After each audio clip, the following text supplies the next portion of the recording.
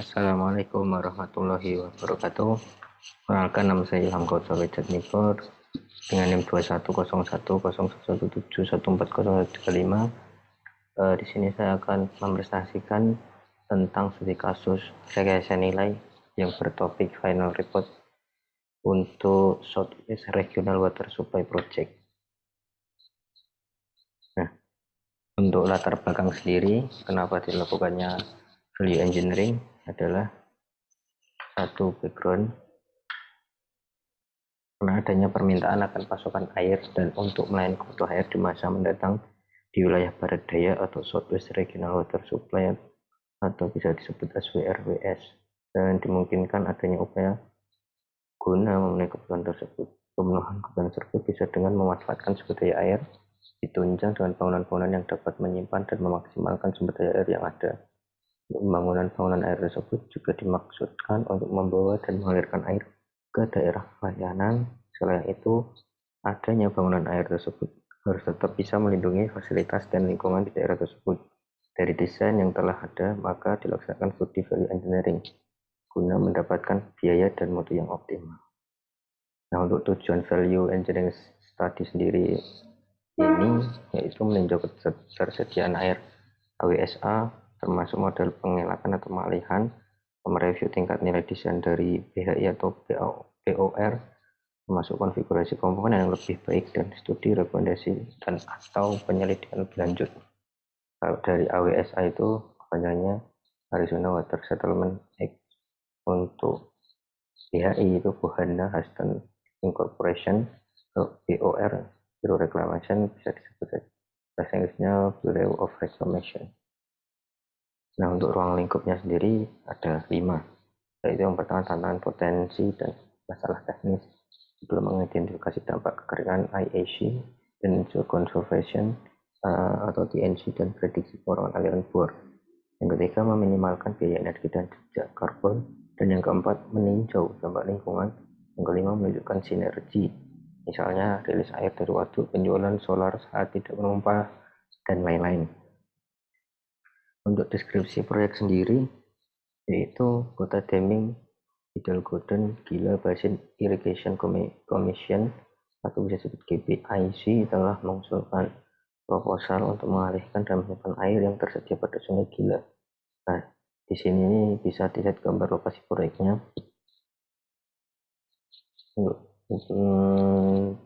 Dalam pertemuan pada Desember 2013, komisi ini menyetujui rekomendasi para staf untuk mengoptimalkan proses secara efisien. Komponen penyimpanan dalam proposal ini telah dikomunikasikan dengan 2 proposal lain dari Hidalgo dan Kota Deming untuk membuat suatu pengalihan yang terintegrasi, dan usulan proposal penyimpanan yang dinamakan Southwest Regional Water Supply atau SWRWS. Nah, untuk kombinasi dari pasal ini akan mengalihkan air AWSA dari Sungai Gila disimpan dalam offstream storage di jurang Lembah Gila selama arus rendah. Air dikeluarkan untuk kebutuhan lingkungan dan air dipompa ke atas untuk diberikan kepada masyarakat di Das Mimbres. Untuk IAC mengontrak Bohana Huston Incorporation BHI untuk mengidentifikasi lokasi. Kalau staf IESC juga mengontrak RJH Consultant Incorporation untuk melakukan penelitian teknis. Nah, untuk ulasan RJH menunjukkan bahwa BHI telah menerapkan tingkat penyelidikan, pengumpulan data dan analisis yang tepat untuk tingkat 10%, meskipun ada beberapa masalah utama seperti hasil air AWSA, lokasi geologis penyimpanan, dan sedimentasi yang tidak ditangani secara memadai di draft akhir PIR 12 September 2014 dan berpotensi menciptakan tantangan teknis yang signifikan. Nah, setelah selesai tahap 1, ISC mengontrak Bohana Huston Incorporation atau BHI untuk melakukan evaluasi teknik. Tahap 2 dari proposal SWRWS masih pada tingkat penilaian 10%. Tim mitra nilai atau value engineering memilih alternatif BHI yang kedua sebagai kasus dasar pengukuran yang digunakan dalam proposal value engineering mereka. Nah, ini beberapa contoh alternatif untuk pengalihan dengan maksimum debit 350 cubic feet second. Ada 200 dengan lokasi dari Sungai Gila lalu berteman dengan Ngarebel Brook Terus metode quantum screen atau pengalihan permukaan secara gravitasi. Yang kedua itu 150, lokasinya dari Sungai Gila, hilir anak sungai Turki dengan metode infiltration Glaris atau pengalihan bawah permukaan secara gravitasi. Nah, untuk penyimpanannya sendiri ada 4 arah, yaitu Sparwin, Pop, Singamore. Itu kapasitas maksimumnya 65,417 AV. Nah, untuk estimasi pelaksanaan alternatif desain 2BAI ini bisa dilihat pada gambar. Untuk pada masa konstruksinya itu ada 3 poin: mobilization, demobilization, konstruksi surveying and stacking, dan material testing. Terus untuk diversion sendiri ada 6 subsurface diversion structure, subsurface diversion structure, tunnel 180 pipeline including excavation, backfill, compaction, and pipe-in opportunities. Terus untuk 120 check dan bore on the river including steel casing, impostor key, track road. Untuk harganya ada di sebelah kanannya. Terus untuk conveyance itu ada 5. Terus untuk reservoir juga ada 4. Untuk Southwest regional hanya 1. Terus untuk totalnya itu sekitar 526 ribu juta dolar ya. Sekian itulah. Nah, untuk non konstruksinya itu ada 10 ya, 10 item, dan ini juga ada subtotalnya di sini. Terus jadi untuk grand totalnya ada sekitar 641 juta dolar. Nah, terus untuk itemnya, item deskripsi mungkin ini bisa dibaca ya, ada 11 item, dimana untuk per unitnya ada yang pakai persen, per month, lamsam. Untuk total sendiri ya, total annualnya itu 3 juta dolar. Untuk total capital NONM cost itu sekitar 644 juta dolar sekian. Nah, pada kasus ini ada anggota tim value engineering. Itu yang pertama spesialis teknis, konstruktabilitas dan biaya. Terus struktur hidrolik dan code, dam reservoir geoteknik, hidrologi permodelan air, izin lingkungan, geomorfologi dan transport sedimen, terowongan, fasilitas FE atau teknikal. Nah, untuk metode sendiri, metode studi value engineering-nya itu ada 6.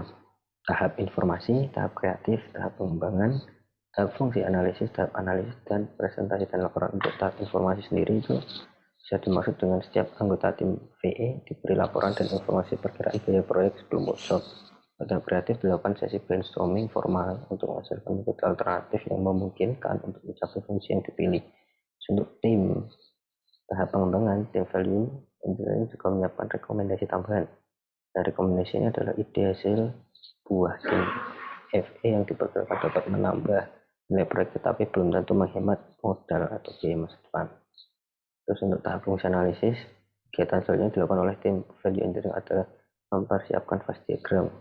Terus tahap analisisnya, tim value engineering secara keseluruhan kemudian membahas dan mencatat keuntungan relatif dari konsep asli dalam kasus dasar dibandingkan keuntungan dari alternatif tambah risiko, menerapkan konsep alternatif atau sesuatu seperti yang diusulkan oleh tim value engineering. Terus untuk tahap terakhir ada presentasi dan laporan. Itu setelah review board telah memutuskan pada proposal dan rekomendasi tambahan, disposisi akhir akan disiapkan. Nah, ini idenya itu ada beberapa ya. Jadi ada